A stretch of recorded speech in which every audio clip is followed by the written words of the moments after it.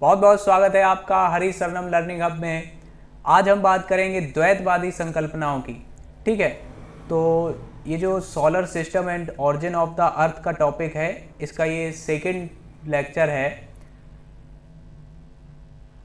तो देखते हैं हम आज अपने बारे में। जो ये बैच है हमारा कंप्लीट ज्योग्राफी बैच, इसमें physical geography, human geography, Indian geography, जो भी बच्चे नए जुड़े हैं वो चैनल को सब्सक्राइब करें और इस कोर्स को ज्वाइन करें। डेली इसकी क्लासेस लें जो कि बिल्कुल फ्री आपको यूट्यूब पर मिल जाएगा।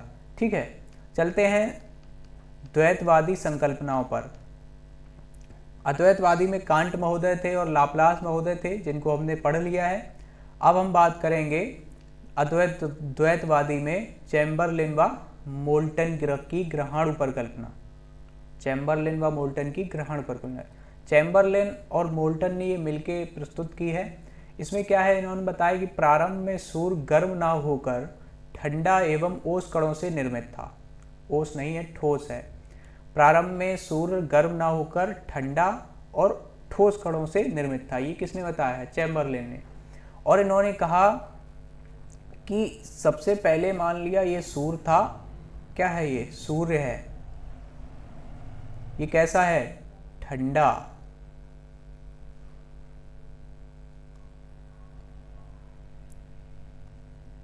ये ठंडा है और ठोस है। ये सूर्य की पहले की स्थिति है जब प्रारंभ में। इसके बाद क्या हुआ? इसके बाद इन्होंने बताया कि इसके समीप एक तारा गुजरा। ठीक है, इसके समीप एक तारा गुजरा जिसकी दिशा सूर्य की दिशा के विपरीत थी। अब मान लो जैसे कि सूर्य इधर गति कर रहा है तो इसकी दिशा इस प्रकार की थी, इस प्रकार की गति थी। और ये क्या है? स्टार है।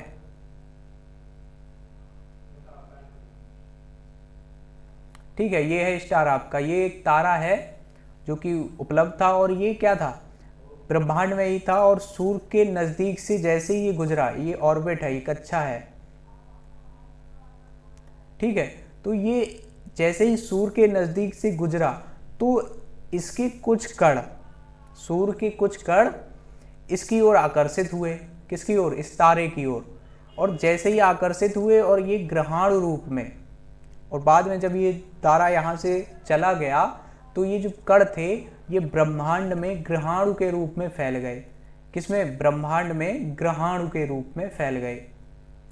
ग्रहाणु के रूप में फैल गए और बाद में इन्हीं ग्रहाणुओं से, बाद में ग्रहाणुओं से ही, इसी से ग्रहों व उपग्रहों, ग्रहों व उपग्रहों का निर्माण हुआ या उत्पत्ति हुई। तो ये है इनकी चैम्बरलिन और मोल्टन की। इन्होंने क्या बताया? द्वैतवादी संकल्पना है, यानी कि यहाँ पर दो या दो से अधिक पिंडों से हम उत्पत्ति समझेंगे। तो यहाँ पर दो पिंड बताए उन्होंने। पहला सूर्य बता दिया कि पहले था, वो कैसा था? ठंडा था और ठोस था, मतलब गर्म नहीं बताया सूर्य को। और कह दिया उन्होंने कि एक तारा इसके नज़दीक गुजरा, ठीक है, जिसकी दूरी लगभग 48 से 50 लाख किलोमीटर मानी जाती है। 48 से 50 लाख किलोमीटर दूर था ये सूर्य से।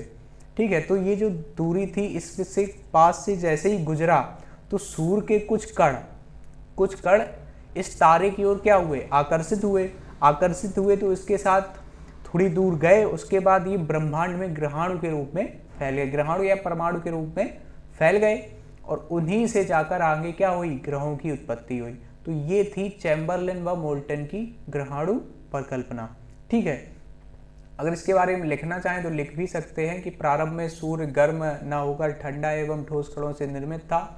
इसके पास से एक बड़ा तारा गुजरा जिसके कारण सूर्य के कुछ कण इसकी ओर आकर्षित हुए और वे बाद में जाकर ब्रह्मांड में ग्रहाणु के रूप में फैल गए, जिससे आगे चलकर ग्रहों व उपग्रहों की रचना हुई। इतनी सी है इनकी चैम्बरलिन व मोल्टन की। ठीक है, समझने के लिए चित्र काफ़ी है कि क्या हुआ। सबसे पहले सूर्य, वो भी था ठंडा और ठोस, एक तारा नज़दीक से गुजरा और वो क्या हो गए? उसने कणों को आकर्षित किया। ठीक है, आकर्षित किया और वो कण ब्रह्मांड में ग्रहाणु के रूप में फैल गए और उन्हीं से जाकर उन्हीं ग्रहाणुओं से ग्रहों और उपग्रहों की रचना हुई है। तो ये चैम्बरलेन मोल्टन की ग्रहाणु परिकल्पना रही है। ठीक है, इसके बाद अगर इनके नेगेटिव फैक्ट देखें,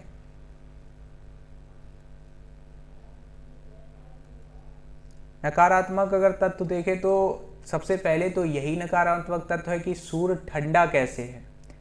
सूर्य ठंडा इन्होंने बता दिया, जबकि सूर्य की अगर प्रेजेंट स्थिति देखें तो बहुत तप्त है। अगर कोई चीज़ पहले गर्म हो बाद में ठंडी हो जाए तो मान सकते हैं कि धीरे धीरे कोई ठोस पदार्थ या कण ठंडा हो गया, लेकिन पहले ठंडा था बाद में गर्म हो गया तो वो कुछ चीज़ें अलग लगती हैं। तो इसके बाद इनकी ये तो पहला नेगेटिव फैक्ट निकला कि ठंडा था सूर्य, और इन्होंने ये भी नहीं बताया कि आगे चलकर किस प्रकार ये गर्म हो गया, और बाद में इस तारे का क्या हुआ इन्होंने ये भी नहीं बताया कि इस तारे का क्या हुआ। ठीक है, तो काफ़ी चीज़ें इन्होंने नहीं बताई हैं। इसके बाद हम बात करें किसकी, दूसरी संकल्पना, जेम्स जीन्स एवं जेफरीज का ज्वारीय सिद्धांत। जेम्स जीन्स एवं जेफरी, इन्होंने भी दोनों लोगों ने मिलकर इसको प्रस्तुत किया है। इनका क्या मानना है कि प्रारंभ में सूर्य एक विशाल पिंड था। पिंड के समीप एक विशाल तारा गुजरा, बाद में एक टुकड़ा सिगार की आकृति में अलग हुआ। ठीक है, ये इनकी है। अब देखो किस प्रकार से है। प्रारंभ में सूर्य एक विशाल पिंड था, इन्होंने ठंडा गर्म कुछ बात नहीं की। ठीक है, तो इनकी समझ लेते हैं।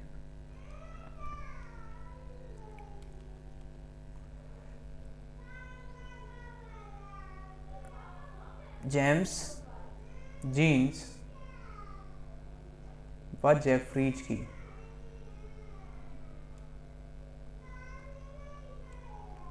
की परिकल्पना। इसका हम चित्र देख लेते हैं। तो सबसे पहले इन्होंने बताया कि सूर्य एक क्या था, पिंड था। वो भी कैसा था, विशाल पिंड था। विशाल पिंड किसे क्या है, ये सूर्य है। ठीक है, विशाल पिंड था सूर्य।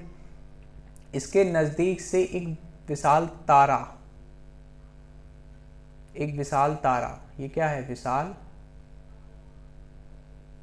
तारा, लगभग चैम्बरलेन की तरह भी इनकी भी है। विशाल तारा गुजरा। ठीक है, इसकी ये इधर की ओर ऑर्बिट है ये। ठीक है, अपनी कक्षा में ये इस प्रकार से घूम रहा है। तो विशाल पिंड क्या था, सूर्य के चारों तरफ सूर्य के नज़दीक आ रहा था। ठीक है, तो जैसे ही ये तारा इस सूर्य के नज़दीक आया तो इससे एक ज्वार की आकृति, इससे एक पिंड अलग, इस प्रकार से एक मान लो पिंड था, इससे जुड़ा हुआ था। किससे, सूर्य से। ये विशाल तारा जैसे ही इसके नज़दीक से गुजरा तो इसमें क्या हो गया, ज्वार उत्पन्न हो गया। ये जो है ज्वार उत्पन्न हो गया। ज्वार का मतलब समझे, थोड़ा भाग थोड़ा खिसक के इधर की ओर आ गया, तारे की ओर। ठीक है, ये सूर्य से एक टुकड़ा उभार के टाइप में निकला और वो क्या हो गया, थोड़ा बाहर की ओर निकल आया। और जैसे ही ये तारा थोड़ा और नज़दीक आया सूर्य के, तो ये टुकड़ा क्या हो गया, सूर्य से अलग हो गया। सूर्य से अलग हो गया, किसकी ओर आकर्षित हुआ, विशाल तारे की ओर। तो सूर्य से ये टुकड़ा अलग हो गया और किसकी आकृति का, सिगार की आकृति का टुकड़ा सूर्य से अलग हो गया जैसे ही विशाल तारा सूर्य के और नज़दीक आया। ठीक है, जिसको फिलामेंट भी कहा जाता है, इसको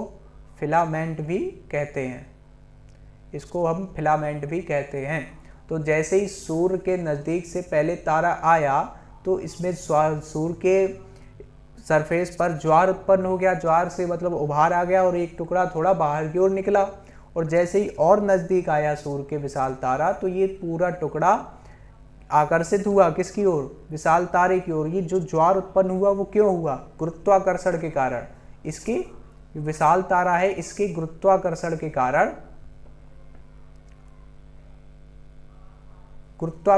कारण इसमें ज्वार उत्पन्न हुआ।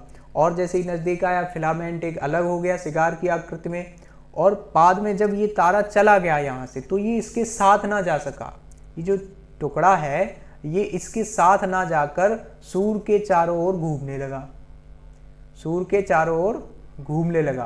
कुछ भाग चला भी गया होगा, ठीक है, कुछ भाग इसके साथ चला गया, लेकिन अधिकांश शेष भाग यहीं पर रहकर क्या करने लगा, सूर्य के चारों तरफ घूमने लगा। ठीक है, आगे चलकर इसी शिकार की आकृति से ग्रहों की रचना हुई। ठीक है, आगे चलकर इसी से शिकार की आकृति से ही फिलामेंट से ही ग्रहों की रचना हुई है, फिलामेंट से ही ग्रहों की रचना हुई है। ठीक है, तो जेम्स जीन्स ने बताया कि किस प्रकार से, जैसे पहले प्रारंभ में क्या था, सूर्य था और एक विशाल पिंड मौजूद था, विशाल तारा था, और सूर्य के नज़दीक जैसे ही वो तारा आया तो सूर्य के सरफेस पर उभार उत्पन्न हो गया, ज्वार उत्पन्न हो गया, उसके गुरुत्वाकर्षण के कारण थोड़ा एक टुकड़ा बाहर की ओर निकला, और जैसे ही निकला और जैसे ही विशाल तारा और नज़दीक आया तो वो क्या हो गया, एक शिकार की आकृति के रूप में उससे अलग हो गया सूर्य से। और वो विशाल तारे के साथ कुछ भाग गया उसका टूटकर शिकार का, लेकिन अधिकांश भाग रह गया और चारों ओर सूर्य के घूमने लगा, और आगे चलकर उसी फिलामेंट से क्या हुआ, ग्रहों की रचना हुई। ठीक है, आप ये संरचना देख सकते हैं।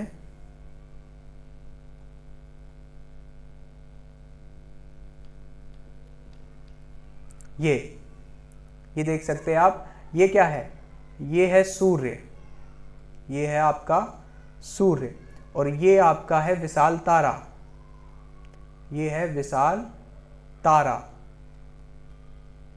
ठीक है, अरे हमने उल्टा बता दिया, ये विशाल तारा है और ये सूर्य है।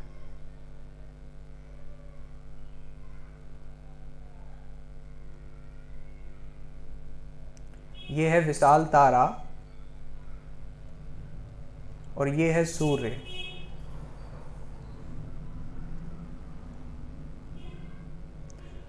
ये देखो, ये इसकी क्या है, ये इसकी क्या है, कक्षा है। इस कक्षा में ये जैसे ही इसके नज़दीक आया, यहाँ पे जब आया होगा तो ये टुकड़ा शिकार की आकृति के रूप में ये पूरा क्या हो गया, अलग हो गया।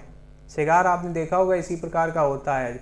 ठीक है, तो ये अलग हो गया और बाद में जाकर इसी से देखिए ग्रहों की रचना हुई है। आज की प्रेजेंट की स्थिति में सबसे पहले अगर ये देखें, बुध, फिर शुक्र, फिर मंगल, फिर पृथ्वी, इस प्रकार से। लेकिन इसी में क्या है, इसी से माने जाते हैं बीच के आप देखे ग्रह, जो बृहस्पति बीच में आता है, शनि आता है, वे तो बड़े ग्रह हैं। तो किस कारण है, इसी के कारण है, क्योंकि ये शिकार की आकृति कैसी थी, बीच में थोड़ा मोटा भाग था और किनारों पर ये आकृति पतली थी। तो इस प्रकार से प्रेजेंट स्थिति में भी यही कुछ है, तो इसलिए कहीं हद तक ये सही मानी जाती है। तो इस प्रकार की संरचना बनेगी जब आप देखेंगे, तो इसको तैयार कर लीजिए। ठीक है, तो ये आपकी ज्वारीय सिद्धांत है, ये तैयार हो जाता है। ठीक है, इसमें कोई दिक्कत तो नहीं है जेम्स एवं जेफरीज की ज्वारीय सिद्धांत में। ठीक है, क्या करना है, सबसे पहले इन्होंने बताया कि सूर्य एक विशाल तारा था, विशाल पिंड था, और एक विशाल तारा उसके नज़दीक जैसे ही गुजरा तो सूर्य के सरफेस में उभार आ गया, ज्वार उत्पन्न हो गया। ज्वार उत्पन्न हो गया जैसे ही तारा और नज़दीक आया तो वो ज्वारी टुकड़ा शिकार की आकृति के रूप में टूटकर अलग हो गया, और कुछ अधिकांश भाग विशाल तारे के साथ चला गया, लेकिन शेष जो बचा वो सूर्य के चारों ओर घूमने लगा। तो आगे चलकर उसी फिलामेंट से क्या हो गया, ग्रहों की उत्पत्ति हो गई। ठीक है, तो कुछ नहीं है इसमें। अगर आप लिखना चाहें लिख सकते हैं। तो प्रारंभ में सूर्य एक विशाल पिंड था, पिंड के समीप एक विशाल तारा गुजरा। ठीक है, जिससे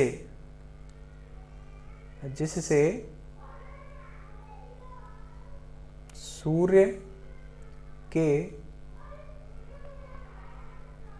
मध्य भाग कह सकते हैं, मध्य भाग पर ज्वार उत्पन्न हुआ और तारा और नज़दीक आया तो एक टुकड़ा सिगार की आकृति में अलग हो गया, बाद में उसी सिगार की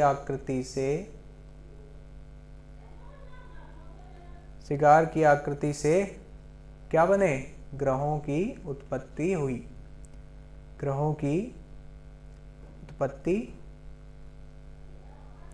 हुई। तो ये आपकी रही जेम्स जीन्स एवं जेफरीज का ज्वारीय सिद्धांत। इस प्रकार से आपका है। अब इसके नकारात्मक तत्व भी हैं, नेगेटिव फैक्ट। नेगेटिव फैक्ट इसके क्या रहे,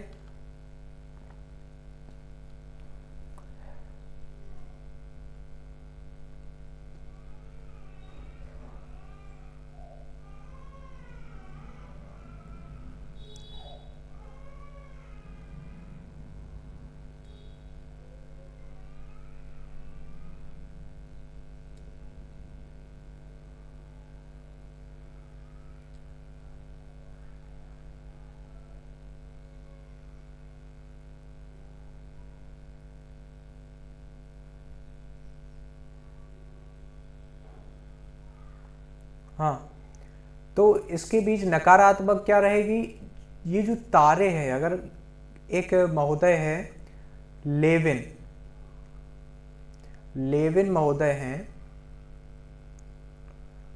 महोदय कहते हैं कि ब्रह्मांड में तारे इतने दूर दूर उपस्थित हैं कि उनके बीच इतने पास में आने की संभावना नहीं है, टकराव हो नहीं सकता। ठीक है, तो ये कहते हैं। और लेकिन इन्होंने बताया जेम्स जीन्स ने कि वो विशाल तारा समीप से गुजरा, इसलिए वो ज्वार उत्पन्न हो गया। तो ये कहते हैं ये चीज़ संभव नहीं है। ये कौन कहते हैं, लेविन महोदय कहते हैं कि ब्रह्मांड में तारे दूर स्थित हैं, ठीक है, जिससे कि इनके बीच इतना आकर्षण उत्पन्न नहीं हो सकता। ये बात कही। दूसरी कही कि जिस विशाल तारे से सूर्य में ज्वारीय उद्भेदन हुआ वह तारा पुनः कहाँ चला गया। मतलब ये तारा जो पास से गुजरा है, ये तारा बाद में पुनः चला कहाँ गया, उसके बाद इसके बारे में कोई इन्होंने जानकारी नहीं दी। तो ये भी नकारात्मक फैक्ट है। ठीक है, वैसे और काफ़ी इनकी ये सही मानी जाती है कि सिगार की आकृति से आपकी वर्तमान स्थिति भी क्या करती है, वो सेटिस्फाइड है कि इस प्रकार की आकृति थी। ठीक है, तो आप जब देखेंगे कि जो ग्रह हैं हमारे, सबसे पहले कौन सा है, बुध है, फिर शुक्र है, फिर मंगल है, फिर पृथ्वी है। ठीक है, सबसे बड़ा ग्रह हमारा बृहस्पति है। ठीक है, उसके बाद कौन सा है, शनि है, फिर अरुण है, वरुण है। तो अरुण वरुण दो छोटे बाद में ग्रह हैं। ठीक है, ये दो बड़े ग्रह हैं। ठीक है, और पृथ्वी मंगल ये सब फिर इधर से क्या है, घटते जाते हैं, छोटे होते जाते हैं। तो कुछ यही आकृति इस प्रकार की डिफाइन करती है। तो ये कई हद तक सही मानी जाती है। ठीक, काफ़ी विद्वान इसको सही बताते हैं, लेकिन काफ़ी विद्वान इससे सहमत नहीं, जैसे कि लेविन महोदय। तो अब हम चलते हैं, एक है रसेल की। किसकी है, रसेल की।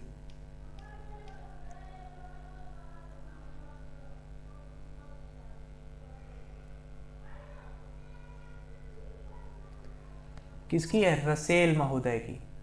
रसेल की द्वैतारक परिकल्पना, रसेल की द्वैतारक परिकल्पना।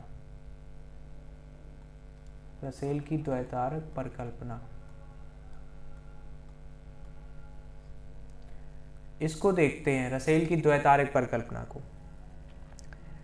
इन्होंने बताया है कि जिस प्रकार से जेम्स जीन्स ने बताया कि दो पिंडों से हुई है, और आपके चैम्बरलिन ने भी बताया है कि दो पिंडों से हुई है, तारा नज़दीक से गुजरा, उसी प्रकार का। लेकिन रसेल ने इसमें थोड़ा क्या किया है, एक और जेम्स जेफरीज की रसेल ने ही बताया है कि जब जो टुकड़ा है अलग हुआ है सूर्य से, तो आज आप ग्रहों की स्थिति देखें तो काफ़ी दूर स्थित है ग्रह, जैसे अरुण वरुण हो गए, काफ़ी दूरी है सूर्य से। ठीक है, लेकिन जब आपकी जो आप देखें कि जो ये यहाँ पर देखिए, यहाँ से अगर ये टुकड़ा यहीं पर रह गया, जो ये टुकड़ा है यहीं पर रह गया, तो फिर ये सूर्य से ज़्यादा दूर उपस्थित नहीं हुआ था। बाद में इसी से जब ग्रहों का निर्माण हुआ तो इनके बीच ज़्यादा दूरी नहीं होनी चाहिए सूर्य से, लेकिन आज की जो स्थिति है वो काफ़ी दूर ग्रहों की स्थिति है। तो ये भी नकारात्मक तत्व है इनका कि ये इतना संभव नहीं हो सकता, क्योंकि आज दूरी बहुत ज़्यादा है ग्रहों से सूर्य की, लेकिन यहाँ पर अगर देखें तो वो सूर्य के बहुत नज़दीक मानी जाएगी। ठीक है, तो ये भी इनका है। तो इसी को सुधार इन्होंने किया है, रसेल महोदय ने, रसेल ने इसी में कुछ सुधार किया है। इन्होंने ये बताया है कि सूर्य सबसे पहले विद्यमान था, सूर्य था और साथ ही दो और विशाल पिंड तारे थे। साथ ही इन्होंने क्या बताया, दो और विशाल पिंड तारे थे जो कि कहाँ थे, जो कि सूर्य के एक नज़दीक घूम रहा था, चक्कर लगा रहा था। ठीक है, मान लो ये इधर की ओर घूम रहा है, और क्या है ये टुकड़ा,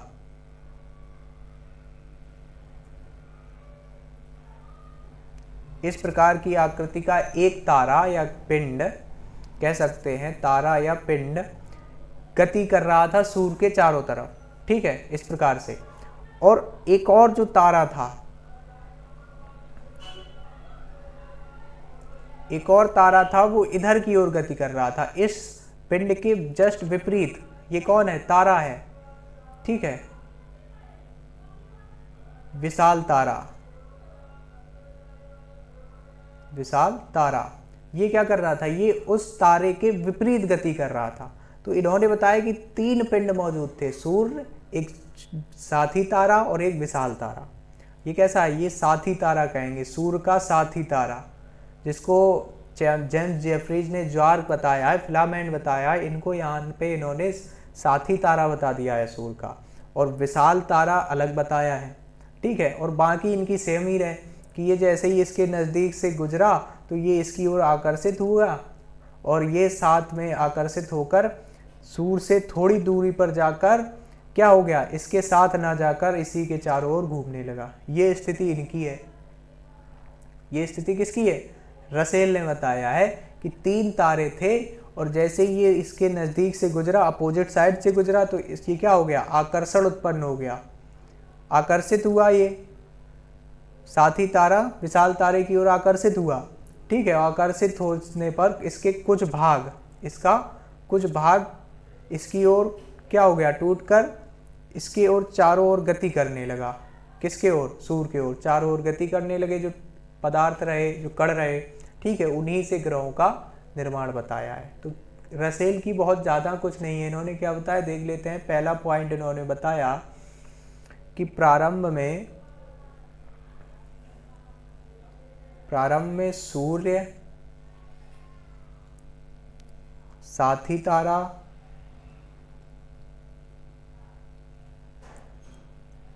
तथा एक विशाल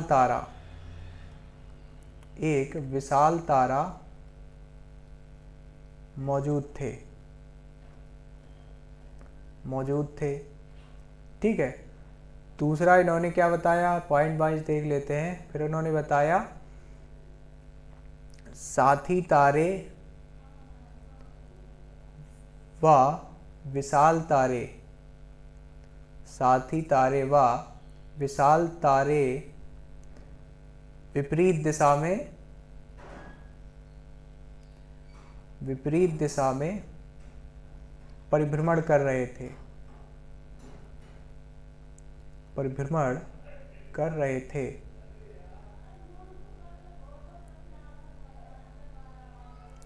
परिभ्रमण कर रहे थे, क्या हुआ, विशाल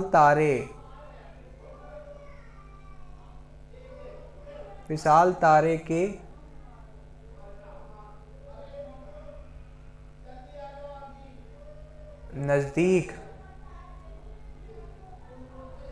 नजदीक आने से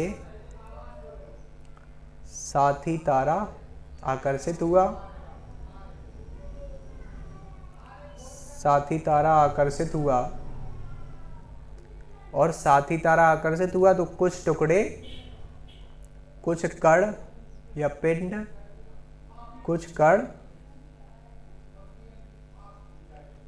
तारे से टूटकर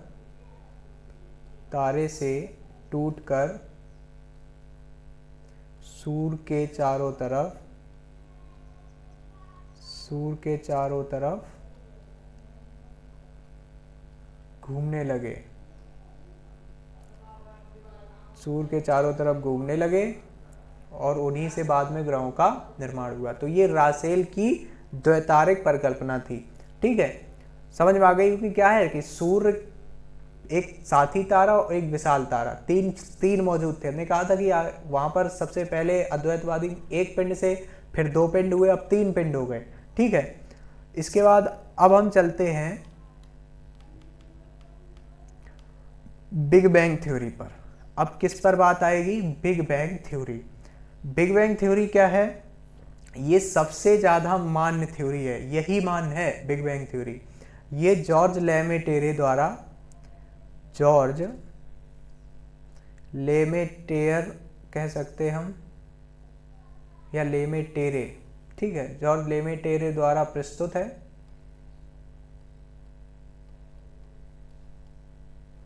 ठीक है क्या बिग बैंग थ्योरी? समझते हैं। आपने शुरुआत से देखा कि किस प्रकार से सबसे पहले बात कांट ने जब की तो आद्य पदार्थों से उन्होंने बात की, फिर आए लाप्लास, उन्होंने निहारिका से बात की और उसी से उन्होंने छल्ले निकले और छल्लों से ग्रहों का निर्माण बताया। फिर आई हमारी द्वैतारिक संकल्पनाएं, जिन्होंने बताया कि एक पिंड से नहीं बल्कि 2 या 2 से अधिक पिंडों से ग्रहों की उत्पत्ति है। अब जो बिग बैंग थ्योरी है वो क्या है? बिग बैंग थ्योरी में भी अगर बात करें हम, तुमको ग्रहों की उत्पत्ति किसी पिंड वगैरह से नहीं मानी जाती। इसमें क्या है, इसमें सर्वप्रथम बताया जाता है, सर्वप्रथम क्या था, जो ब्रह्मांड था एक सघन बिंदु पर क्या था, केंद्रित था। सघन बिंदु पर केंद्रित था।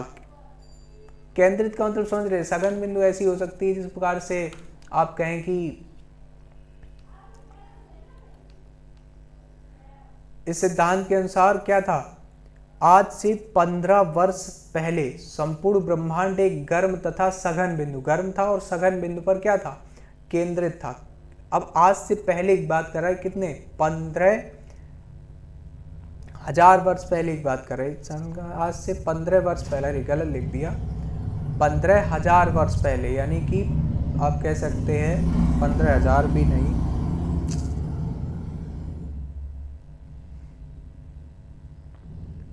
15 अरब वर्ष पहले, यानी कि 15 बिलियन वर्ष पहले संपूर्ण ब्रह्मांड क्या था, एक गर्म तथा सघन बिंदु पर केंद्रित था, जिसे प्राथमिक परमाणु कहा गया। ठीक है, फिर क्या हो गया, नाभिकीय विखंडन के कारण इसका विस्फोट हुआ, जिसे ब्रह्मांड विस्फोट कहा गया या बिग बैंग कहा गया। विस्फोट के 1/10 लाख सेकंड में ही यह आग का गोला हो गया और विस्फोट के कारण इसे ब्रह्मांड किरणें निकली। क्या निकली? ब्रह्मांड किरणें, कॉस्मिक रेज निकली। और बिग बैंग के लगभग 1000 मिलियन वर्ष बाद हाइड्रोजन एवं हीलियम के परमाणु मिलकर तारों एवं आकाशगंगाओं का निर्माण करने लगे। बिग बैंग के लगभग 1500 मिलियन वर्ष बाद, यानी कि 15 अरब वर्ष बाद सौर मंडल का विकास हुआ, जिससे ग्रहों और उपग्रहों आदि का निर्माण हुआ, उत्पत्ति हुई। मतलब क्या है कि सबसे पहले क्या था, सघन बिंदु पर एक ब्रह्मांड क्या था, केंद्रित था। ठीक है, कई प्रकार के कण रहे होंगे, अनेक प्रकार के पिंड वगैरह रहे होंगे। इन्होंने एक पिंड या गिनती के कोई नहीं हुए, इसमें कई पिंड बताए गए। ठीक है, कई पिंड क्या रहे होंगे, मौजूद रहे होंगे। किस क्रिया से? ठीक है, ये प्रारंभ की क्रिया हो गई, नाभिकीय विखंडन के कारण। विखंडन की क्रिया क्या होती है, जब कोई भी परमाणु या अणु क्या होता है, टूटता है, तो उसे नाभिकीय विखंडन क्रिया कहते हैं। तो नाभिकीय विखंडन के कारण क्या हो गए, विस्फोट हो गया। उन्हीं जो भी पिंड या मौजूद थे उसमें क्या हो गया, विस्फोट हो गया। तो विस्फोट से क्या हो गए, कई अनेक प्रकार के कण निकले। ठीक है, अनेक प्रकार के कण कैसे हो गए, ब्रह्मांड में फैल गए। ठीक है, छोटे बड़े धूल कण वगैरह ये सब फैल गए और कैसे हो गए, तप्त थे। कैसे थे, तप्त थे। कैसे थे, तप्त थे। और क्या था, और विस्फोट की 1/10 लाख सेकेंड, मतलब समझ रहे, 1/10 लाख सेकेंड, 1 सेकेंड भी टाइम नहीं लगा और ये सब एक जो भी कण निकले वो सब आग का गोला हो गए, बहुत गर्म कण हो गए। और विस्फोट के कारण इससे क्या निकली, ब्रह्मांड किरणें निकली, बहुत सारी रेज निकली जिससे प्रकाश उत्पन्न हुआ। ठीक है, अब बिग बैंग के लगभग 1000 मिलियन वर्ष बाद जब ये सब घटना हो गई, फिर 1000 मिलियन वर्ष बाद मतलब 1 अरब वर्ष बाद हाइड्रोजन एवं हीलियम के परमाणु मिलकर, अब उससे जो विस्फोट से जो कण निकले थे उसी में हाइड्रोजन और हीलियम के कण रहे होंगे, उससे मिलकर तारों और आकाश गंगाओं का निर्माण हुआ। पहले तारों और आकाश गंगाओं का निर्माण हुआ और फिर बिग बैंग के लगभग 1500 मिलियन वर्ष पहले बाद फिर और 500 मिलियन वर्ष बाद क्या हो गया, सौरमंडल का विकास हुआ जाके। सबसे पहले किसका हो गया, तारों का और आकाश गंगाओं का, फिर आगे जाकर सौरमंडल जिससे ग्रहों और उपग्रहों आदि का निर्माण हुआ। अब आप ये देखिए बिग बैंग थ्योरी। आप ये क्या था, ये सघन बिंदु पर केंद्रित था। आपको इसमें मैं बनाना नहीं, सीधा बनाया है। ठीक है, ये सघन बिंदु पर केंद्रित था। जैसे ही इसमें नाभ की विखंडन क्रिया हुई तो ये क्या हो गए, विस्फोट हो गया। इस प्रकार से विस्फोट हुआ तो ये देखिए आप कण निकले हैं, ये कण पूरे और बिखर गए, फैल गए। ठीक है, यहाँ तक आप देख सकते हैं, यहाँ तक ये क्या है, कण अनेक प्रकार में, जैसे कि ये अलग कण हैं, ये वाले इस यहाँ तक में ये अलग कण हैं, कुछ ये अलग कण हैं। ठीक है, इस प्रकार से अनेक प्रकार से कण फैल गए। और इसका नीचे आप टाइम स्केल भी देख सकते हैं कि किस टाइम में कौन से कण रहे हैं। ठीक है, टाइम टू पीरियड इसमें बांटा गया है। बाद में चलकर ये क्या हो गए, बाद में चलकर ये आकाश गंगाएं हैं। ये देखिए, ये आकाश गंगाएं हैं। ठीक है, ये आकाश गंगाएं हैं। इसके बाद इसी आकाश गंगाओं में ये देखिए, ये क्या है, ये पूरा हमारा सौर मंडल है, सोलर सिस्टम है। ये है आपकी मिल्की वे और इसमें आप अपना सौर मंडल देख सकते हैं। तो इस प्रकार से क्या है, ऐसी कई सारी आकाश गंगाएं आप देख सकते हैं, ये हैं कई सारी ऐसी आकाश गंगाएं मौजूद हैं। और इन्हीं आकाश गंगाओं में ऐसे कई सारे सूर्य हैं, कई सारे ग्रह हैं, उपग्रह हैं। ठीक है, तो इस प्रकार से ये जो बिग बैंग थ्योरी है, आप देख सकते हैं, खुद देख सकते हैं कितनी स्पष्ट से इसमें वर्णन है। और यही हमारा क्या है, सबसे अच्छा तरीका है जो डिफाइन करता है हमारे सोलर सिस्टम को, पूरे ब्रह्मांड को। ये पूरा क्या है, ये पूरा ब्रह्मांड है, समग्र। अब देखो, ब्रह्मांड भी इसमें समझ में आ रहा है कि समग्र है। इसमें क्या है, दुग्ध मेखलाएं, मंदाकिनियाँ भी हैं। ठीक है, और ये देखिए कण भी हैं, जो भी सिस्टम शुरुआत से रहा है। इस प्रकार से विस्फोट हुआ और कण फैले और बहुत तप्त थे, फिर धीरे धीरे ठंडे हुए, फिर उनसे हाइड्रोजन और हीलियम कणों ने किसका, तारों का, ये स्टार्स हैं ये, और आकाश गंगाएं हैं, उनका निर्माण हुआ। फिर धीरे धीरे हमारे आकाश गंगाओं में ग्रहों और किसकी, उपग्रहों की उत्पत्ति हुई।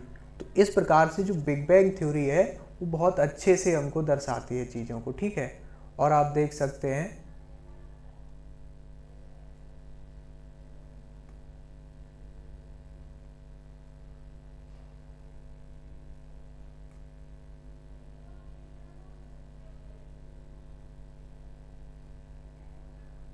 ये देखिए। ठीक है, ये जो कण हैं इस प्रकार से आप देख सकते हैं।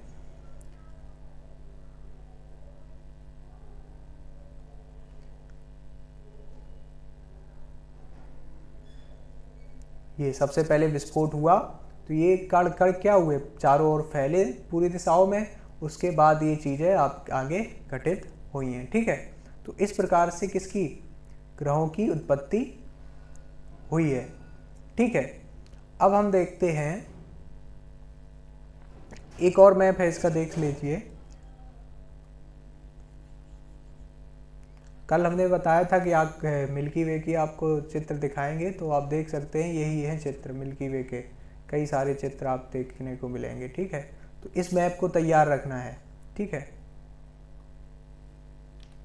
नेक्स्ट है, इस प्रकार से और आप अच्छे से समझ सकते हैं। ये सघन बिंदु पर केंद्रित था, ये विस्फोट हुआ है। ठीक है, इस प्रकार के कण निकले। ठीक है, समझ पा रहे हैं आप। ये इस प्रकार के कण निकले हैं, ये कई गैसों के शामिल कण हो सकते हैं, पिंड है बड़े बड़े। फिर आगे के चलकर जो धीरे धीरे क्रियाएं बढ़ती गई, ठीक है। तो सबसे पहले देखिए, ये 10 से 32 सेकंड में कॉस्मिक इन्फ्लेशन एंड्स, मतलब जो कॉस्मिक किरणें थी, ब्रह्मांड किरणें थी, उनका अंत हुआ है लगभग 10 से 32 सेकंड में। फिर क्या हुआ है, 10⁻⁻6 सेकंड में क्या हुआ है, प्रोटॉन्स फॉर्म, प्रोटॉन जो परमाणु हैं वो उसमें परिवर्तित हुए। 100 सेकेंड्स में क्या हुआ है, हीलियम एंड लिथियम आर, ये सब गैसों के कण ये जो थे वो उपस्थित हुए। उसके बाद जब लंबा पीरियड आया 10 मिलियन ईयर्स, उसके बाद क्या हुआ, 100 million years first stars form. 100,000 million वर्ष बाद क्या हुआ, पहले कुछ तारों का निर्माण हुआ। फिर 500 मिलियन वर्ष करंट रिकॉर्ड होल्डर फॉर एयरलिस्ट, मतलब मिल्की वेज का निर्माण हुआ, आकाश गंगाओं का निर्माण हुआ। फिर 4 बिलियन वर्ष स्टार फॉर्मेशन पीक्स, मतलब जो प्रेजेंट की स्थिति आ गई इस प्रकार की आ गई, ठीक है। ये देखिए, ये जो स्टार्स हैं, ये स्टार्स हैं, ये दिख रहे हैं आपको, और ये आकाश गंगाएं हैं, ये आकाश गंगाएं हैं। तो इस प्रकार से जो बिग बैंग थ्योरी है वो हमारी सबसे पॉपुलर है, ठीक है, सबसे पॉपुलर है, और ये सबसे ज़्यादा पूछी जाती है। इसके बारे में अच्छे से पढ़ना होता है। तो इसके बारे में जो आप जितना हमने दे रखा है ये आप इतना ही तैयार कर लीजिए, पूरा रहेगा। पूरी थ्योरी इसमें दे रखी है। किसने प्रतिपादन किया, जार्ज लेमेटेरे ने, ठीक है। और इस सिद्धांत के अनुसार आज से 15 अरब वर्ष पहले क्या था, संपूर्ण ब्रह्मांड एक गर्म तथा सघन बिंदु पर केंद्रित था, जिसे प्राथमिक परमाणु कहा गया है। नाव की विखंडन के कारण इसका क्या हो गया, विस्फोट हुआ, जिसको ब्रह्मांड विस्फोट, इसीलिए इसका नाम क्या पड़ा है, बिग बैंग थ्योरी पड़ा है। बिग बैंग हो गया और उसके बाद क्या हो गया, 1/10 लाख सेकंड में ही यह आग के गोला हो गए। सभी जो भी कण उपस्थित रहे वो सब एकदम तप्त अवस्था में हो गए, और विस्फोट के कारण इससे ब्रह्मांड किरणें, कॉस्मिक रेज निकली। क्योंकि जब विस्फोट होगा तो क्या होगा, ऊष्मा बढ़ेगी, ऊष्मा से क्या हो गया, जब वो टकराव हो गया, विस्फोट हो गया, तो चीज़ें फैलेंगी विखंडन की क्रिया में। तो उसको क्या कहा गया है, कॉस्मिक रेज कहा गया है। बिग बैंग के लगभग 1000 मिलियन वर्ष बाद हाइड्रोजन एवं हीलियम के परमाणु मिलकर तारों व आकाश गंगाओं का निर्माण करने लगे, ठीक है। जब कई मिलियन वर्ष बीत गए उसके बाद जाकर फिर जब चीज़ें थोड़ी थोड़ी ठंडी होने लगी, पृथ्वी कैसी कॉस्मिक रहा है, ठंडा हुई है, धीरे धीरे ठंडी हुई है, ठीक है। तो धीरे धीरे वो तप्त जो कण थे वो धीरे धीरे ठंडे होने लगे। ठंडे होते होते फिर उन्होंने मिलकर आकाश गंगाओं तारों का निर्माण किया, और फिर 1500 मिलियन वर्ष बाद सौरमंडल का विकास हुआ है। तो इस प्रकार से आपकी जितनी भी पृथ्वी की उत्पत्ति से संबंधित थ्योरियाँ थीं, जो ग्रहों से संबंधित थ्योरियाँ थीं, वो आपकी कंप्लीट हो गई हैं, ठीक है।